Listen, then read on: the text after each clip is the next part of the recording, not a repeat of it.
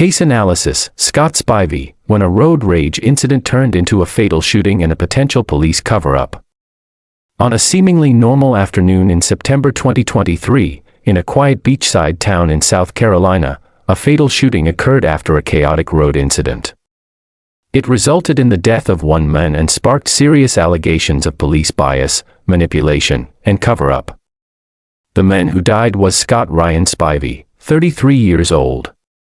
The shooter was Weldon Boyd, accompanied by his friend Bradley Williams. Who was Scott Spivey? A life in decline. Scott was born in 1990 in Raleigh, North Carolina. He had a bachelor's degree in agricultural business management and worked as an insurance adjuster. In 2022, a car accident, his truck flipped 3 times, prompted Scott to move out of Charlotte and into a trailer on his parents' land in North Myrtle Beach. In 2023, things got worse. He went through a rough breakup that sent him into an emotional spiral. Alone, drinking, and reportedly struggling mentally, Scott's life was falling apart. But no one, not even himself, could have predicted how it would end. Weldon Boyd, former soldier, restaurateur, and his police connections. Weldon Boyd was a former military man and local business owner. He had also just gone through a breakup. His pregnant fiancée had returned a 5-carat diamond ring and walked out. Fearing a custody battle, Weldon had installed an automatic call recorder on his phone to document every conversation. That recorder would later become a crucial piece of evidence. The day everything changed, September 9, 2023. That afternoon, Scott went to a bar called Boardwalk Billy's. There, he consumed 7 beers, 3 shots of Fireball whiskey, and a burger before getting into his black Chevy Silverado. He carried a .45 caliber handgun. Meanwhile, Weldon and Bradley were in their truck, armed with a 9mm handgun, after visiting a local farm store. Their paths crossed at a highway intersection, Highway 9 and 57, where Scott allegedly swerved aggressively and pointed a gun at them. Instead of pulling back, Weldon chose to chase Scott for 5 miles down rural roads. At 5:54 p.m., Weldon called 911 while driving and said, "If he keeps pointing that gun, I will shoot him." The final confrontation on Camp Swamp Road. At 6:04 p.m., Scott pulled over on Camp Swamp Road. Weldon and Bradley stopped right behind him. Scott got out of his truck holding a gun and shouted, "Stop following me." What followed was a barrage of gunfire. Weldon and Bradley fired nearly 40 rounds through their own windshield toward Scott. Scott tried to return fire but collapsed onto his truck center console. He was shot in the back. Police arrived just 6 minutes later. Scott was declared dead at the scene. Shockingly, within hours, Detective Alan Jones concluded that the shooting was an act of justifiable self-defense. But the truth was far more complicated. The secret recordings, what Weldon's phone revealed.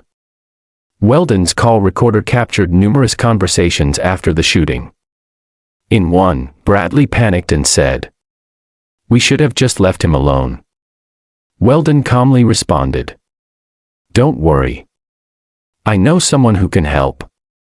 He then called Brandon Strickland, a top-level investigator in Horry County. Brandon reassured Weldon, saying, "It's taken care of. If the guy was black, it would have been a whole different story." This single line ignited outrage. It implied not only racial bias but deep corruption and possible obstruction of justice. Weldon later admitted on tape that he didn't feel worried because Brandon had his back. Strickland advised Weldon to stay off social media and claimed everything was under control. These conversations revealed a deep web of confidence, privilege, and backdoor influence. Public reaction and political fallout. The tapes were eventually leaked to the public by Scott's family. In June 2024, the family filed a wrongful death lawsuit against Weldon and Bradley. On March 11, 2025, under public pressure, Brandon Strickland resigned. His lawyer claimed his words were poor judgment but not corruption. Still, public trust was shaken.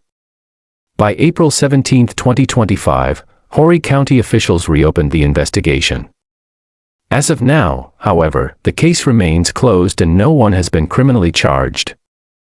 Self-defense or premeditated vigilantism. There's no denying that Scott had been drinking and was armed. He posed a risk. But was it self-defense to chase him for 5 miles, get out of the car, and fire 40 rounds? Scott was shot in the back. He was not advancing. The more critical issue, however, is not just the shooting itself, but the response.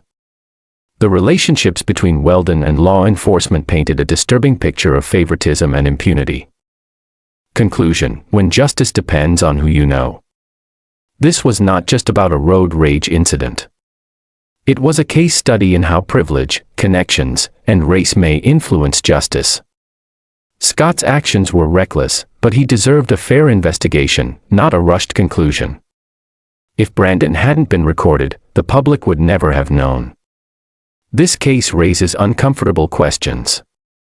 How many other justified shootings have been quietly covered up?